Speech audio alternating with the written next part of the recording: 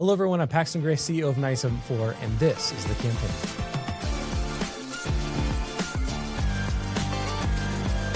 Thank you for joining us today for another episode of The Campaign, where we talk with marketing leaders about better knowing your audience, innovating beyond best practice, and converting visitors into customers.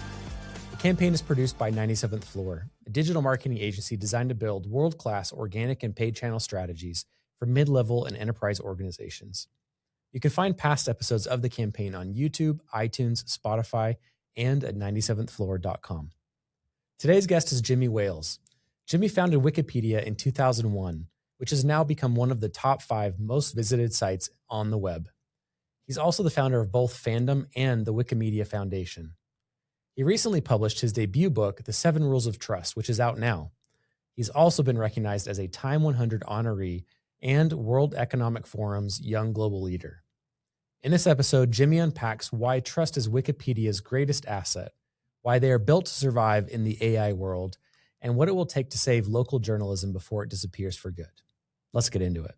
Jimmy, thank you so much for taking the time to sit down with us today. I've been looking forward to talking with you. Great. Good to be here. Thanks. So I'd love to dive in to, we're going to talk about your book and some of the lessons from that. But to start, I wanted to ask kind of a bigger question, which is Wikipedia has a large amount of, what I would call, and probably others, power in culture, in the internet. Just there's a lot of companies whose base is kind of built on some of the information within Wikipedia. Where do you feel like that power comes from? Well, I mean, I think, one of the things that I think is really important around that, I mean, power is a bit of a funny word to me, but sure, is the trust that people have in Wikipedia. So that doesn't mean necessarily trust that Wikipedia is perfect or that everything in Wikipedia is 100% correct, but trust that it's honest, that transparency, that we're trying to get it right, trying to do the right thing.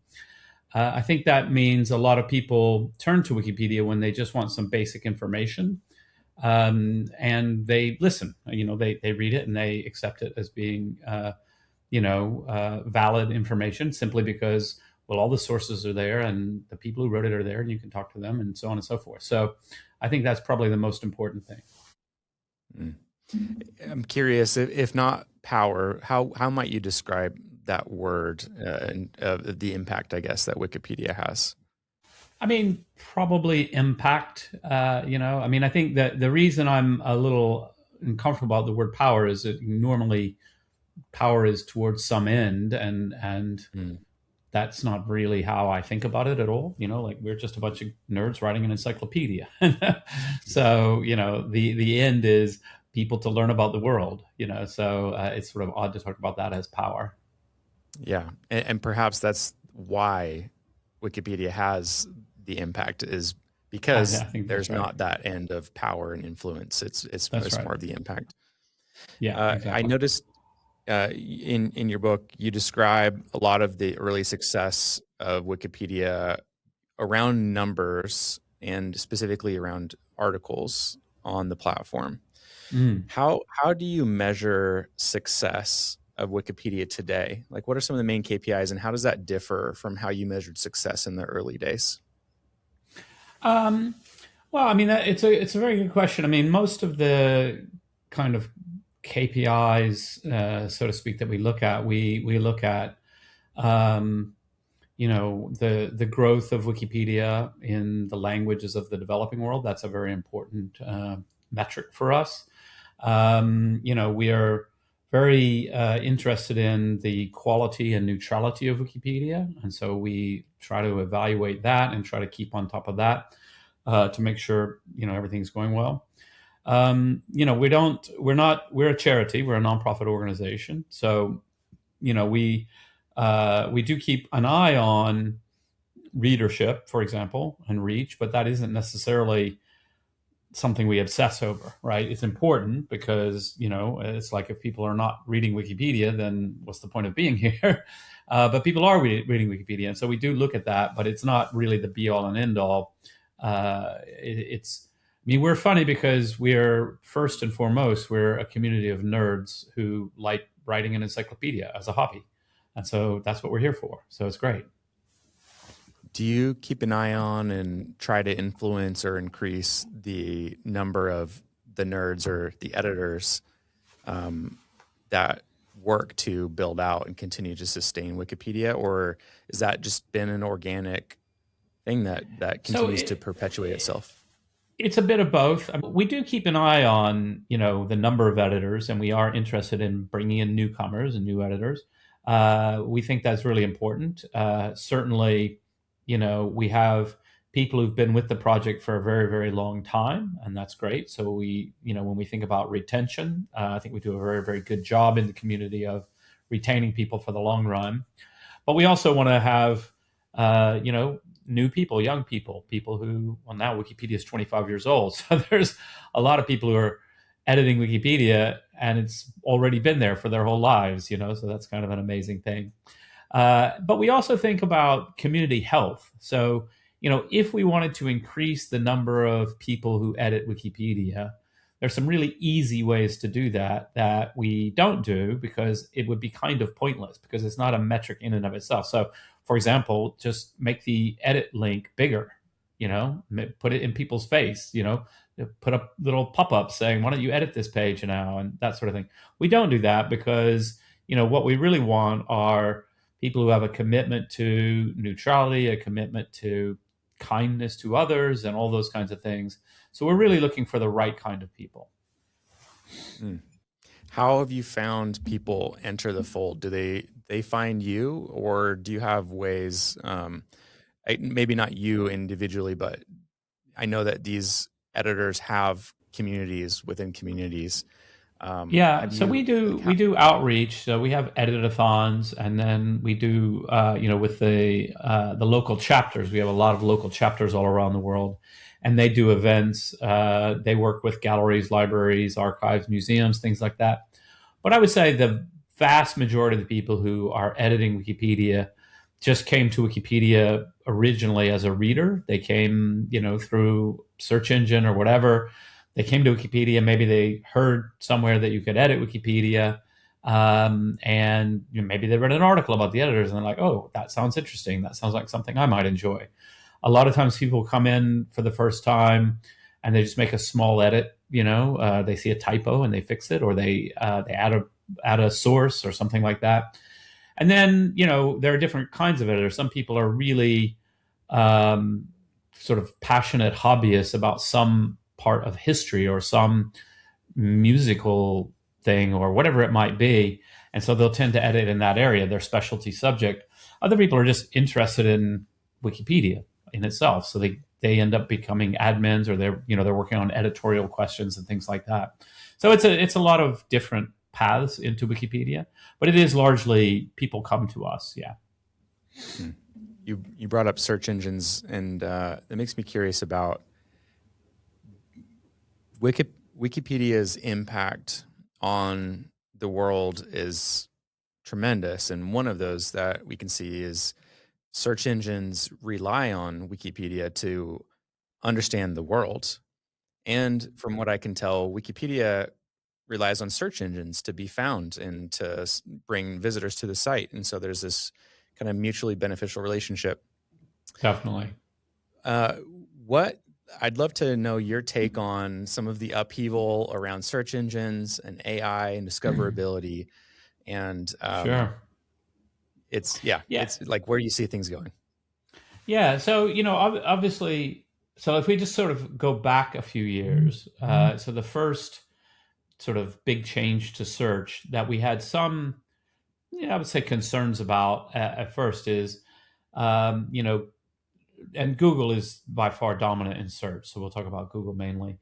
So Google started putting what they call the knowledge graph, the little panel on the right-hand side. When you search on a topic, then you'll often get that panel. And that has quick facts. And so people might just see the thing they were curious about there, and they don't need to click through to the Wikipedia entry.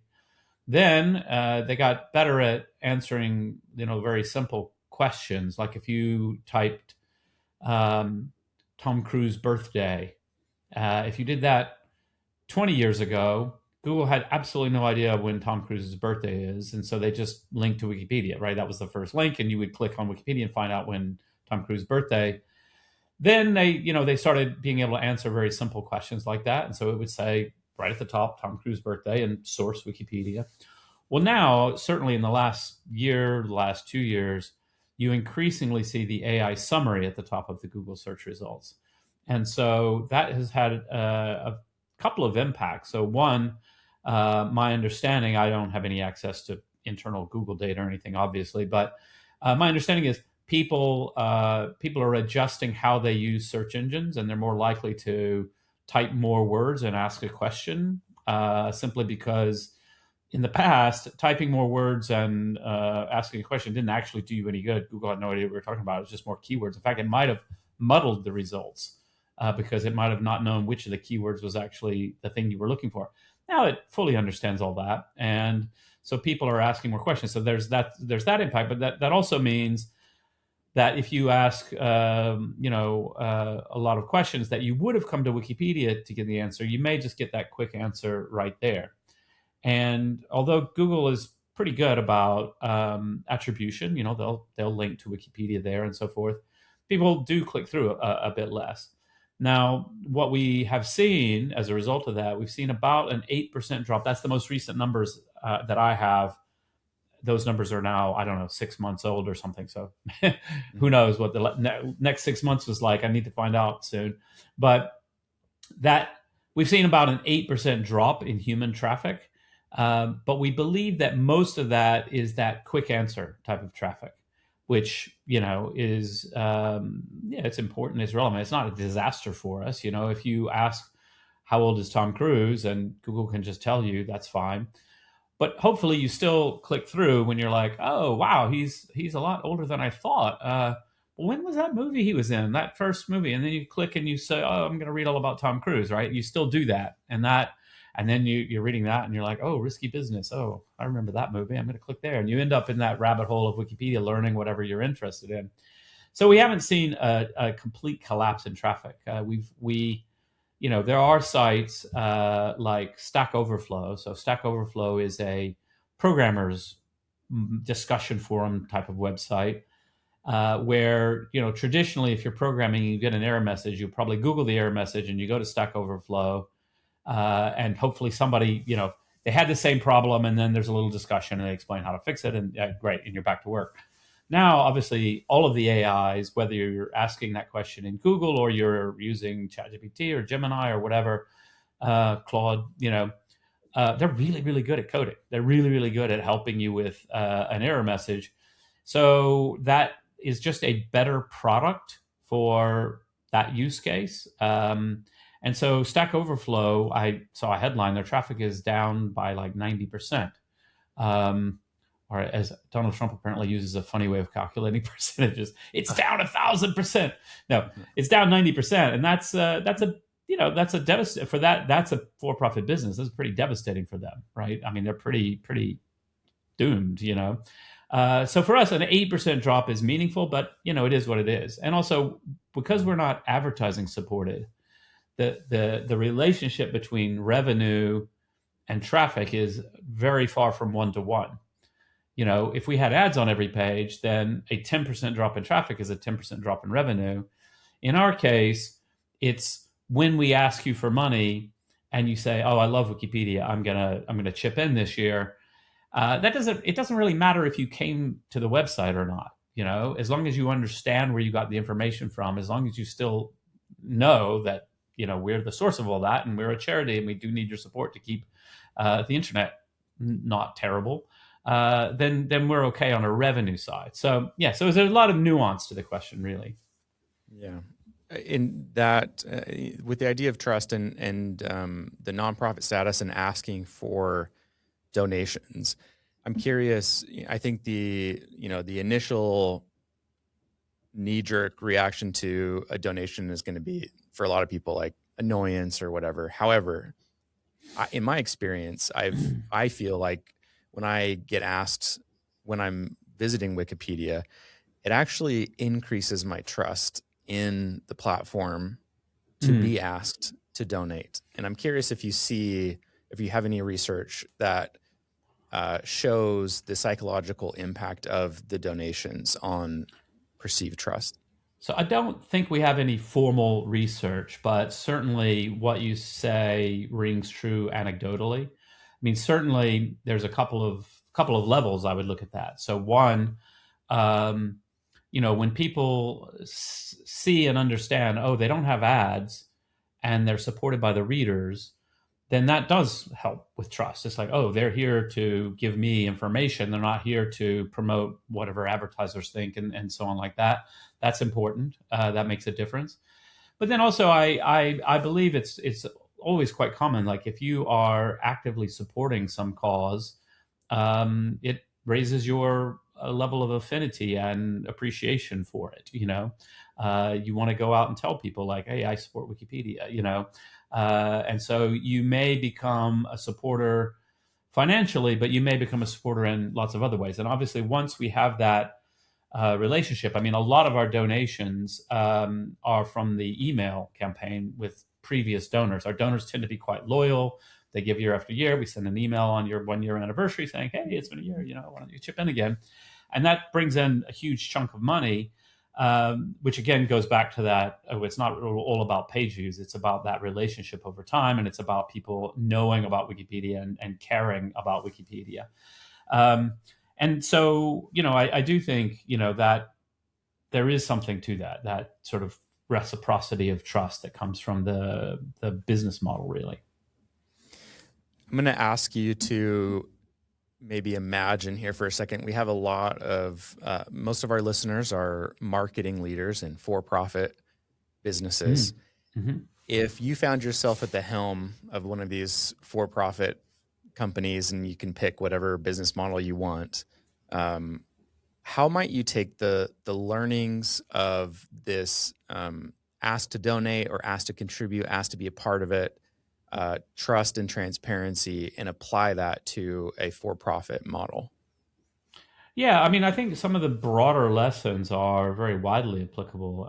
In my book, The 7 Rules of Trust, we interviewed a lot of people from for-profit businesses. We tell stories about Airbnb and Uber and so forth, because building trust is really crucial for any kind of a business. And so that takes a lot of forms. It's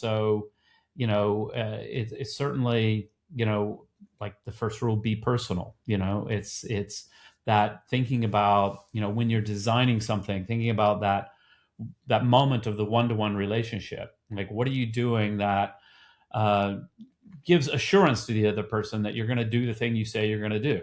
What are the things that you might be doing that undermine that kind of trust, that people think, oh, I'm not so sure, and that applies to for-profits, applies to nonprofit, applies in life, in your work relationships and everything. That if people can count on you, right, it makes everything in the world easier, right? Because suddenly, negotiations become a lot cheaper. You can sort of do things on a handshake because everybody's feeling trustworthy and so forth.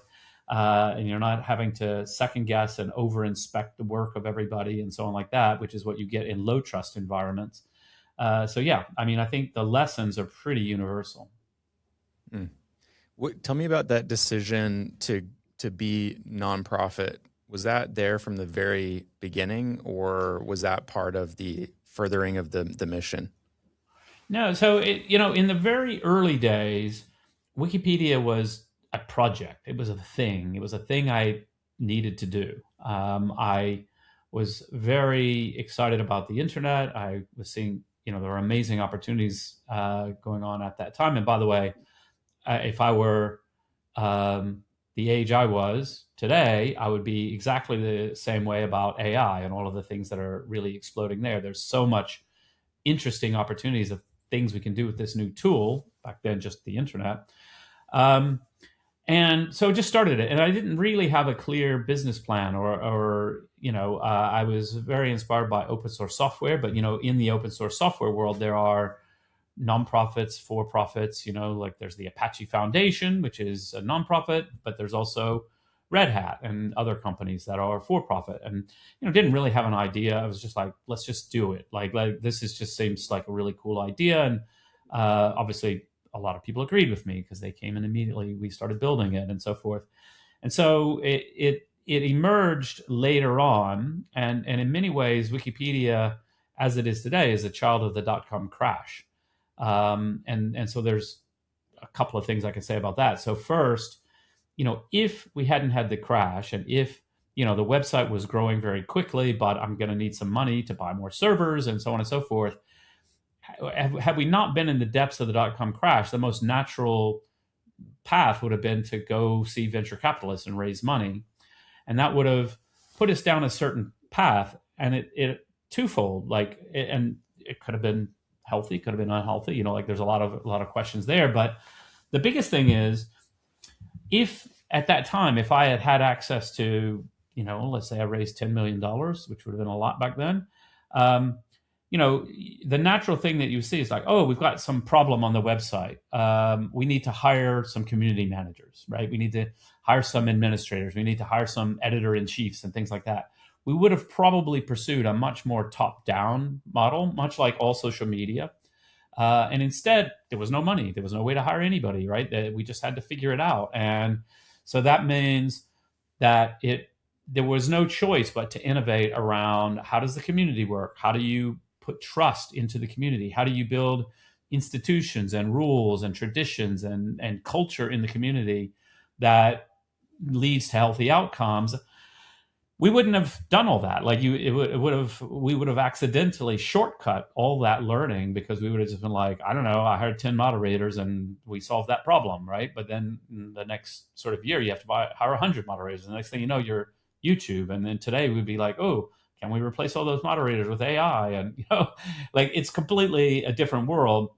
And so that, I don't recommend, broadly, intentional deprivation as a means of innovation, but it does kind of work. It was the fact that we had no choice. We're like, okay, well, we've got to figure this out somehow. Let's let the community become admins and start blocking people. Oh, but how do we do that and make sure that somebody doesn't go rogue? Oh, well, maybe we need to do this, and we could have that, and we could have an appeals process, and we could and it worked out pretty well. I love how principle driven the Wikipedia is, and your story is going through this book. And it makes me wonder what your opinion is, from the outside, of OpenAI beginning with this very elevated idea of nonprofit. We're going to further humanity. We're going to use AI. It's going to be open to everybody. And then switching to for-profit. It seems like a violation of a lot of the principles that you believe so deeply in, but I'm curious what your opinion is there. Well, I mean, I think I have a little bit more nuance than that. I mean, certainly my understanding, although their legal structures quite complicated these days, I don't really fully understand it, is that it's still a nonprofit at the top, and they've got this capped return for-profit underneath. So that's still true as far as I know, and I don't know what to make of that, and so on. So, and then the other thing to say is, I mean, one of the great things about Wikipedia is that it's always been possible to bootstrap. We never needed really to raise money from outside investors. We never needed to sort of raise $3 million in advance in the hopes that we would be able to get it back in donations later. That's just not how we ever had to do it. We sort of raise money as we go along, and then we spend the money as we go along. And, we've been successful at doing that. The difference with AI, and this is also the difference with a lot of different kinds of projects, is a single training run to train a frontier model costs unknown amounts of money. But I think if somebody told me it's $1 billion to train the latest big model, I'm going to not blink. I think it's enormously expensive. And so therefore, how would you build the model in the first place in order to get the customers later? That gets to be quite hard. And that's actually, when they first sort of started to toy with the idea of capped return models and things like that, it was really like, we need 10 billion from Microsoft. I think that was the first really big deal, because we see this incredible opportunity. Our research budget, which they've raised a lot of money from sort of wealthy Silicon Valley people for the nonprofit concept, but to say, oh, actually, this is really promising. We really should do something, and it's going to take more capital than we can go out and sort of pass the hat in Silicon Valley for. We need something bigger. So I get that. Like, I think it would be really hard to bootstrap, and certainly, one of the areas that I'm very, very personally interested in as a geek, and I do a lot with it myself.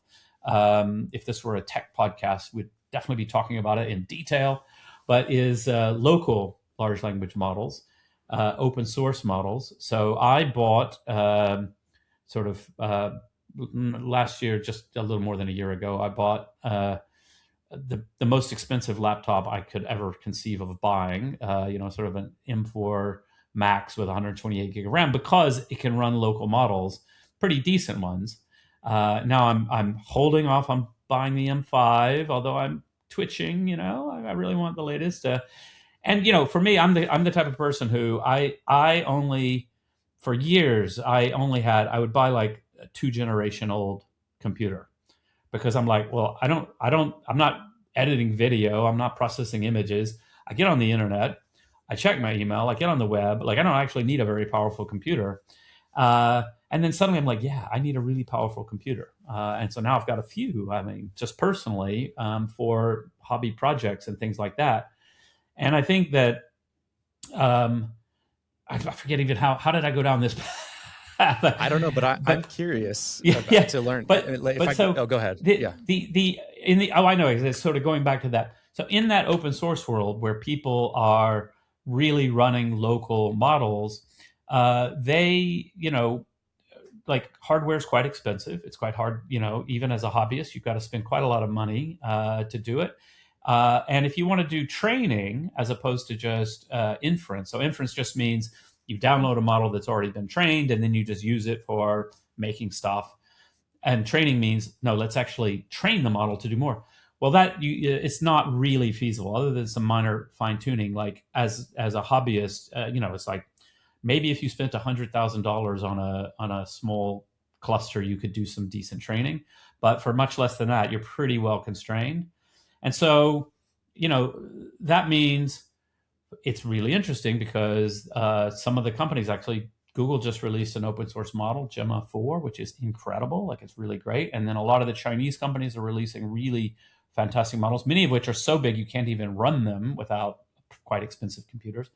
And I think that's a really interesting area, because what that means is, in order to be a leader in the AI, in order to train like a top model, yeah, you might need that billion-dollar training run. But to do other interesting things, it is accessible to people doing open source and things like that. And I think that's super important and super interesting. I'm curious, what you do with a local model versus something cloud-based. Is it mainly you just want to play around with it and kind of see how it works and tinker with it? Or is there some advantage that you're finding with something that runs locally? Yeah, so it's mostly to learn, and it's mostly just as a hobbyist to play around. But there are other elements. I think privacy is quite important. And so if you're, for a lot of people, so not me in this context, but you can imagine if you're a small to medium enterprise and you're wanting to use AI to process a bunch of records that you have, maybe you're a law firm, maybe you're in the medical field, right? Healthcare. Well, those have really, really strict and really, really like crucial privacy requirements. Like, you can't just start willy-nilly uploading patient records to any random, cloud provider. Yeah. And so that's one of the areas where it's really, really important.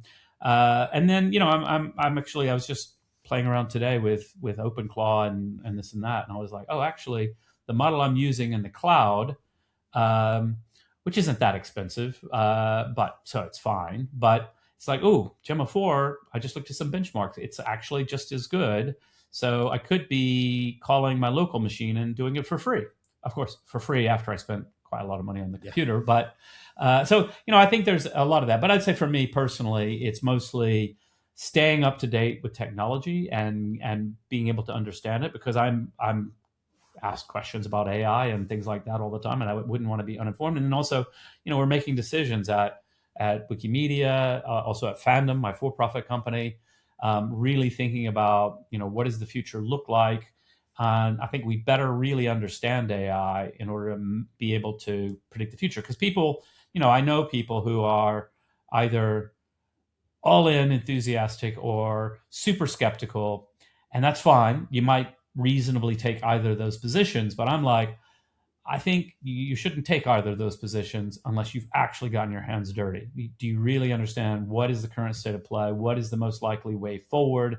Because otherwise you're going to say, oh, this AI, like, it hallucinates, it's really not a threat. Oh, okay, but hallucinations are getting a little better all the time, and maybe there are ways we could use it, or it's amazing, we can just write articles with it. No, we can't. So neither of those is actually true, and so, like, I'm just fascinated by that. Also, I'm a geek, so I love it. Yeah. Last year, Pew Research did a study, released some data, and I should have looked deeper because I'm not sure how they got this, so I'm not sure how accurate it is, but they said that AI bots and other non-human agents produced more than 88 billion views for Wikipedia alone in 2025 alone. And my question is, does that, I can see a world, I can see two sides. One, I can see a world where that almost stings a little bit, where it's like, hey, they're coming and they're taking this content that our community put together and they're just passing it on, whether they cite or not, but it's not coming from us. And then I could see another side where it's just an extension of our mission, and now there's additional vehicles through which that mission is being carried out. I'm curious how does that feel, and like, are you concerned about that? So it's both. On one level, I think it's great that all of the large language models are trained on Wikipedia data. That's a good thing for the world, that they're reading this resource, which isn't perfect but is basically calm, tries to be neutral, all of those good things about Wikipedia. Fact-based, lots of sources, all of that good stuff. And it is an extension of our mission, which is free knowledge for everyone. And if AI is better for it, then we're all better for it. I mean, I like to joke, you wouldn't really want to use an AI that was only trained on Twitter, right? It would be a very stupid and very angry AI. So that's a good thing. At the same time, we do focus quite a lot on the costs, the actual costs. Also, everything in Wikipedia is open source, freely licensed, so there's no copyright questions. I mean, attribution's a requirement, and they're not that good at that, so we want to see improvement there. But broadly, it's fine. Take Wikipedia; that's what it's for, But a lot of the AI bots are just hammering our servers, and we now have an enterprise product which we go out and sort of sell to them to say, look, use the API. First of all, it's tuned for that use case, and so it's better for you to not be hammering our servers. But also, you should pay. Like, you should pay your fair share, and you're imposing actual dollar costs on us, so that's not really very nice to do, and indeed that sort of quid pro quo of the search traffic and the crawling the site, which has been true for everybody forever. It's like nobody, well, I shouldn't say nobody, but broadly, no sort of website operator ever was like angry because, like, Google visited my site 1,000 times last month. No, thank you, Google. Come more often, right? We've got content. We want you to tell people about it, right? Well, if it's AI learning from you, maybe not. And then the other element, so that argument's working. We've got most of the big players signed up, and the ones who aren't signed up yet, we're starting to block to say, like, really, it's not fair. The average donation to Wikipedia is about $10. And it's like, those people chipping in their $10 aren't here to subsidize your multi-billion-dollar funded company. They're here to support our work. And while we think you should use Wikipedia, you should probably pay your fair share. And that has a pretty compelling, the other element that I don't know, and I'm very interested in, because I've been playing around a lot with agentic AI, so using OpenClaw, which is all the rage these days, and I'm sure a lot of people in the marketing world are looking at it and very interested in it. It's a little rough around the edges to use right now. It's pretty technical, so not everybody's going to be able to just download it and start using these agents, but it's coming. It's pretty impressive, and and by the way, for people who aren't very technical, please don't just download it and give it access to your whole computer. That's a security disaster. So I'm going to put that out there as advice from somebody who knows a little bit about tech. So, but at the same time, like I just think about, if I've got this AI bot and I ask it to do some research for me, it's going to go out and it's going to crawl, it's going to do some searches, it's going to download some pages, it's going to summarize something. If I say, tell me about the Campaign podcast with Paxton Gray, it's going to go out and look for that, and it's going to look on all kinds of places. It might look in Wikipedia and so on and so forth. I don't know if it's in Wikipedia, but we're a little thin on podcast coverage sometimes. But the point is, maybe I never even know that bot went to Wikipedia, right? And I'm not a commercial reuser, so I'm not hammering the website with millions of requests, but easily I might sort of have more page views coming from my bots than from me personally. And that's interesting. Like, I don't know where to put that. I don't know what that's going to mean for our costs and so on and so forth. So, yeah. In your book, you talk about trust. And I can tell you one of the things as a marketing agency, we get asked lots of questions to do lots of different things. One of the I'll probably say top 5, maybe top 10 things we get asked to do is, can you guys edit Wikipedia? Can you guys edit Wikipedia entries? It is, and we always say, no, we don't have, we're not editors. If we tried, it would just get reversed. It is a hot item in the business world to be able to edit. I'm curious, as the influence of Wikipedia grows, you kind of create this pot of gold that people want access to. How do you simultaneously have great community involvement, and it comes from the people, while also keeping the desire to monetize and extract that kind of value from it at bay? That's been with us for a very long time now. Wikipedia has been one of the top 5 websites for, I don't know how long, a decade, more than a decade, 25 years old now. So for a long time. We manage it, it happens. The community is quite vigilant about this sort of thing. I think from our perspective, the most important thing is the sort of sourcing standards and the quality of Wikipedia. And there are ways for businesses, like if your Wikipedia page is just wrong, right? Okay, well, justifiably, you probably want to do something about it. So there are places on the site you can go and say, hey, this is wrong. The most important is the talk page, of that article, to say, oh, and usually what I find, and I don't know, you probably have seen it sort of from the other side a lot, is a lot of it isn't like toxic, bad, sort of motivated PR sort of, can you make, why doesn't it say we have the best, it's the best hotel in Paris, no, that's not actually what a lot of people get that. Like, that's not what Wikipedia is about. But it's just like, oh, that's out of date. Like that's not up to date, or it doesn't include the most recent thing.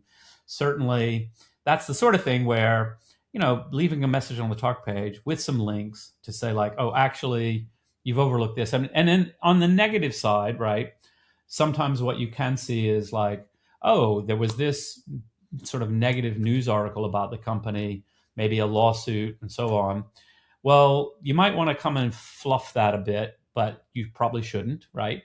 But what you can do is to say like, oh, actually, we won that lawsuit, right? Actually, and the judge said, like, this is bogus, and then leave a note on the talk page saying, oh, did you see this update? Like, actually, this is a little bit out of date. And yes, there was a lawsuit, but it was resolved favorably or whatever.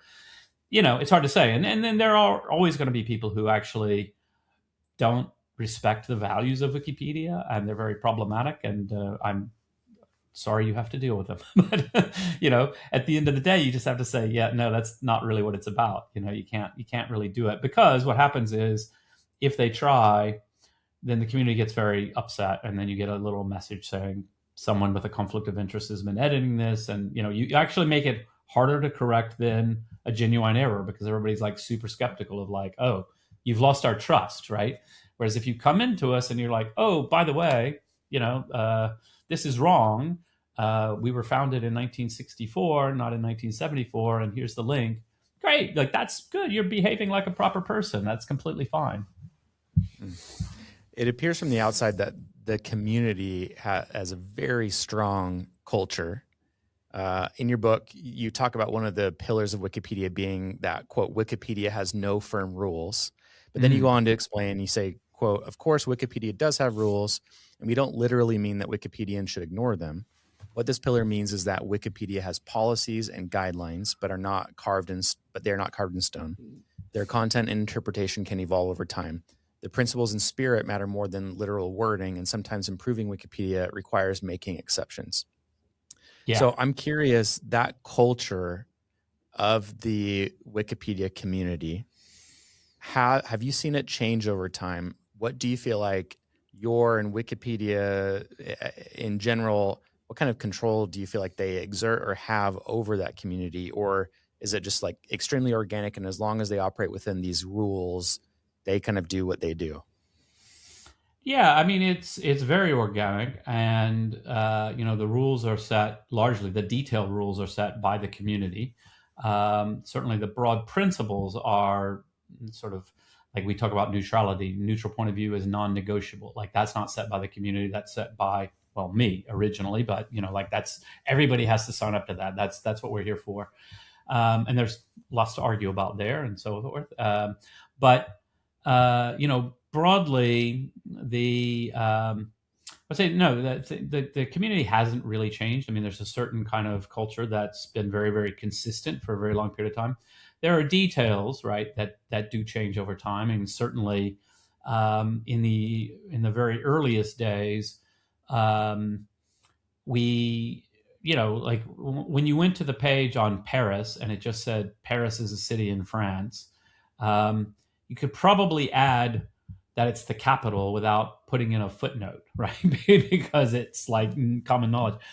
But as Wikipedia grew, it became more important to say, like, actually, almost everything needs to have a source. And so, you need to be thoughtful about that. Certainly, we've already talked about, the influx of people trying to use Wikipedia for spam. And so then you suddenly have to think about in a more serious way than you did in the year one, like, oh, well, like when should we have a Wikipedia article about a certain company, right? So if the company is a local restaurant, right, and they own one restaurant, they've got one restaurant in Des Moines, Iowa, should we have an article about that restaurant or not? Okay, we better, okay, maybe we should, maybe we shouldn't. Like, how do we think about that? Like, what do we need in order to be able to write a good encyclopedia article? So that kind of detailed guidance in the community is definitely something that evolved over time. But I would say the broad principle was always the same. Everybody kind of had the same intuition of like, yeah, sometimes like it's culturally important restaurant for some reason.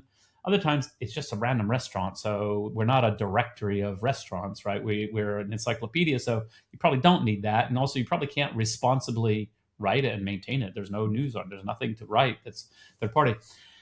And then there are other elements. Like I just was having a very interesting conversation about, so one of the shifts going on in the outside world is really the decline of local journalism. So a lot of small town newspapers have completely gone out of business. That's a problem. But then a new sort of way of looking at that problem, somebody was talking about, most computer magazines, like serious technical computer magazines, have also died. Like that isn't how you do it anymore. And certainly books about programming languages, they're still published, but they're pretty slow, and maybe a lot of stuff isn't in those books and so forth. And yet that stuff is really important, or can be really important. So this was the conversation was around a programming language that I'd never heard of before, but apparently it has some users and so on. I don't know how important it is. The people who were yelling at me are like, I can't believe you think it's not important. I'm like, I don't have an opinion about that, but we do need sources, right? And so you can't just say whatever, because there's a lot of people who make up a new programming language and it's their own little project, a hobby project, no real users. So is that even, no, you can't really have an encyclopedia article about it. On the other hand, if journalism isn't being published about it and books aren't being written because everybody just uses the web and first party sources, that's interesting. Like, that's a hard challenge. And like, maybe we need to think about, okay, what are we using as sources in that area? Are there things that we should think about updating? Anyway, I just think it's interesting. But that's kind of the process, is to go, oh, okay, hold on. Like, maybe our existing sort of rules are not working in this one area. Like, Wikipedia would be better if we could sort of accept more of this or that in this particular field, or whatever it might be. And this is not new. I mean, it's new, this programming language thing, but I remember many years ago there was something about dolls, where there was a big sort of brouhaha about dolls, and I didn't look into it that closely, but that one of the issues was there's just not a lot of mainstream sort of normal sources about that subculture and community, but there are sources. They're mainly blogs and things like that. So how do you think about that? How do you sort of think about which of those would be considered good enough quality that you could write about, et cetera? So it's fascinating. There's always lots to look at with Wikipedia. Speaking of local journalism, I think AI is changing the equation to accelerate that problem even more. I mean, there are businesses whose whole model was based off of producing content, and now the equation is thrown up in the air. Do you think there is some sort of? Oh, go ahead. Well, I'm not so sure. I mean, I hear what you're saying, but I think it's too early to say for sure, because one of the things I'm really interested in is the extent to which some aspects, not all aspects, but some aspects of local journalism can be supported by using AI, large language models, in various ways. So I'll just give it the simplest possible example, where it seems pretty obvious there's something useful, is if you look at scouring databases of building permits, right, to sort of talk about what's being developed and things that are interesting in a local community. And you used to sort of have to do that very, very manually. And basically you had to have a lot of different this and that and the other. Maybe an AI assistant for a journalist in a small town newspaper could surface once a week, sort of, here are the 10 largest projects that building permits have been put forward. And here's the one that got a lot of objections from the community, and here's that debate. And then the journalist will say, oh, hold on, that's a story. I can go and take this material and do something with it. Whereas in the past, they might not have been able to do it, or it would have taken them a hell of a lot longer, and so forth. And that's important local journalism. Is like, oh, what's this new? Oh, there's a new shopping mall. Like, actually, I didn't know that was going to be there. How come I haven't read anything about it? Well, because there's no local journalism.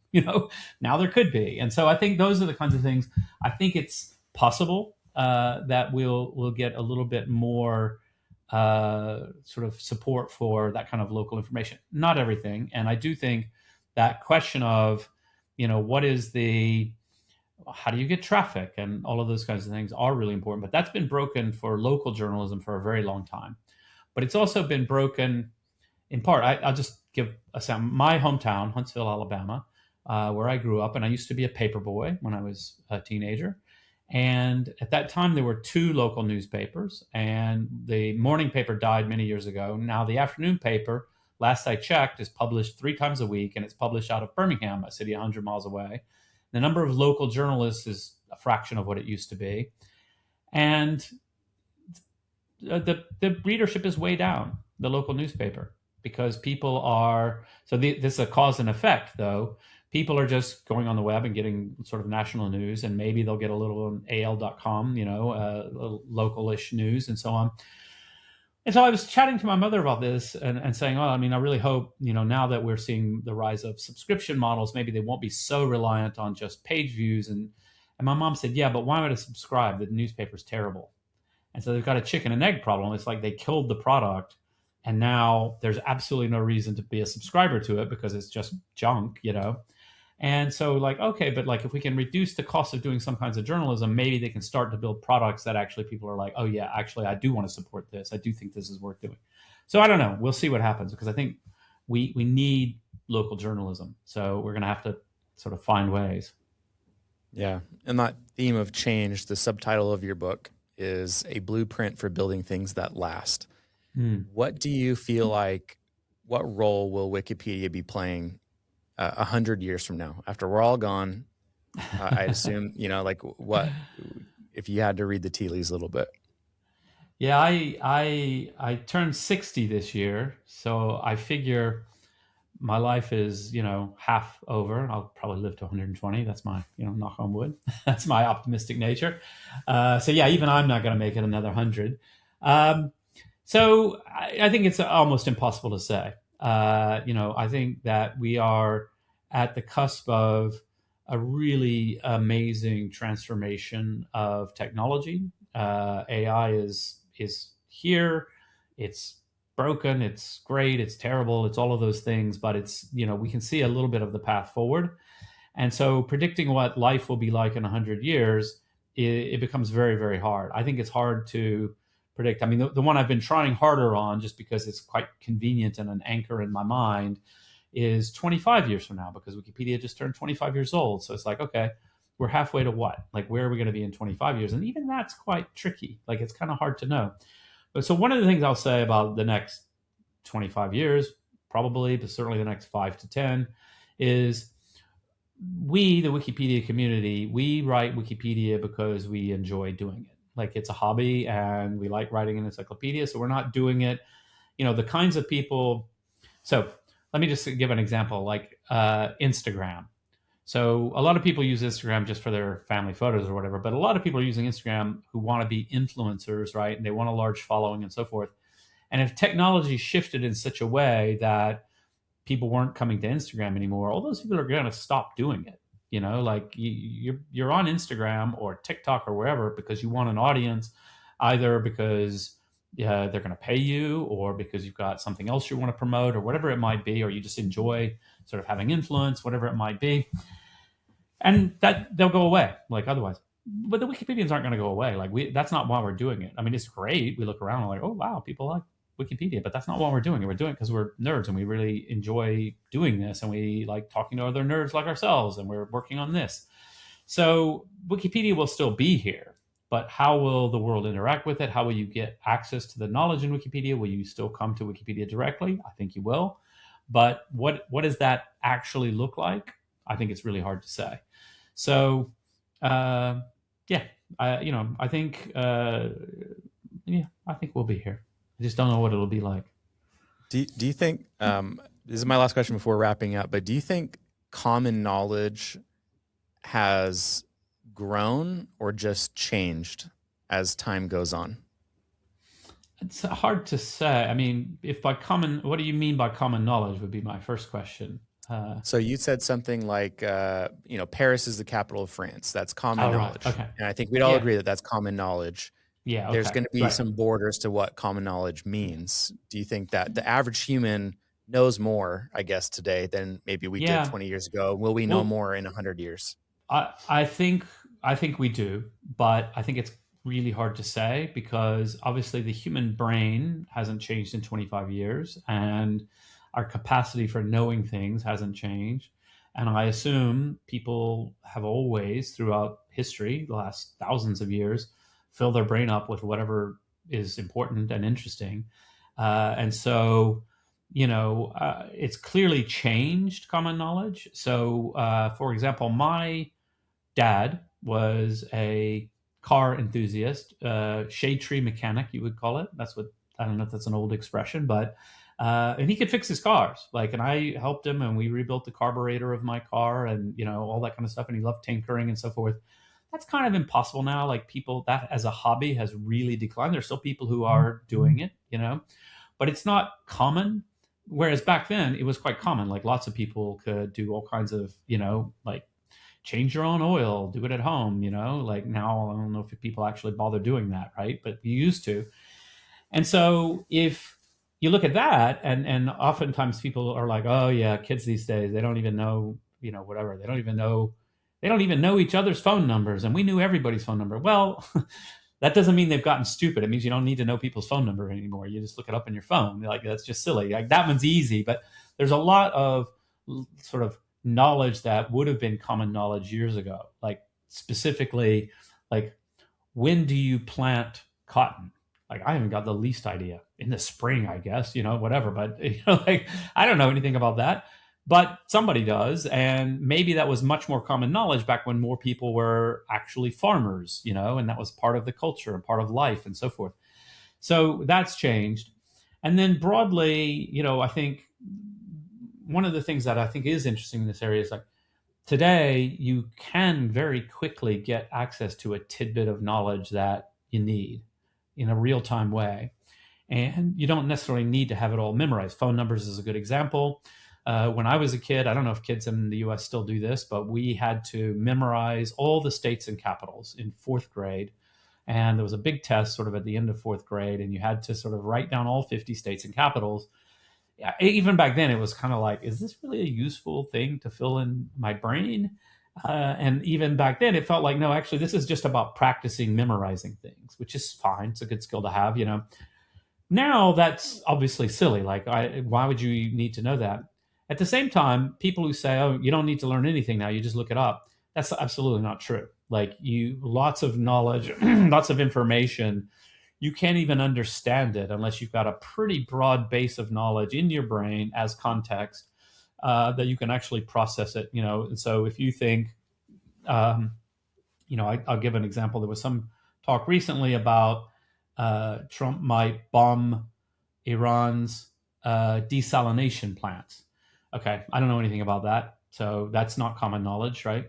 But I read, and I don't know if this is true or not, but I read, like, actually Iran only gets about 3% of their water from that because they actually have water.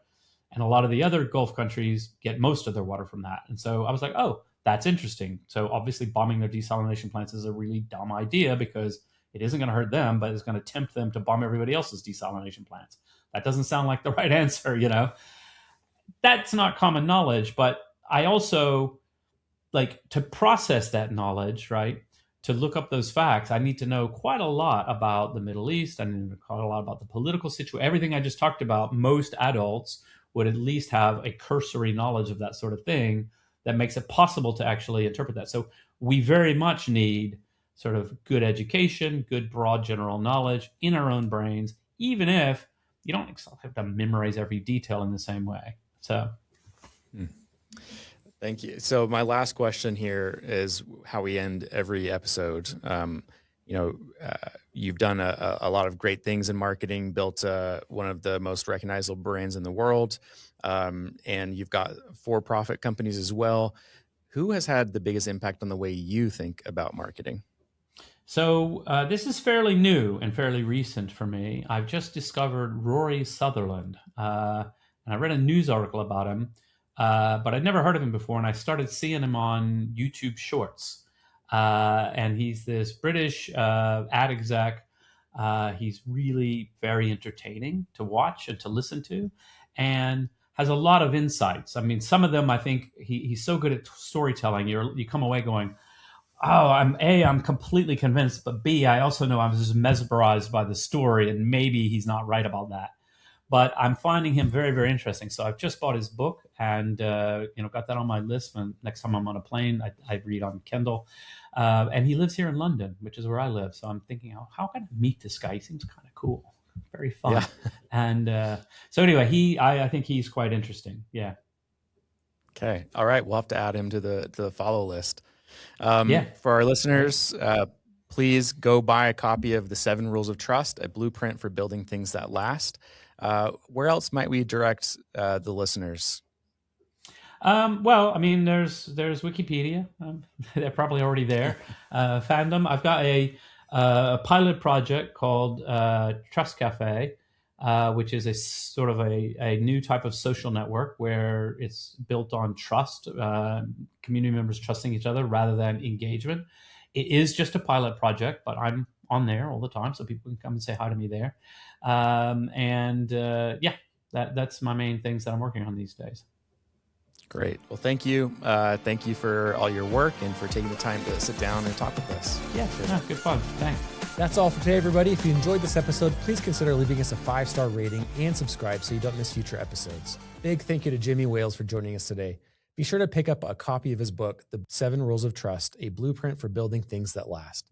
You can find past episodes of the campaign and examples of our work at 97thfloor.com. There, you can learn more about the agency and get in touch with a marketing specialist to get support for your own marketing campaigns. That's it for now. Thank you for listening. As always, keep innovating, keep converting.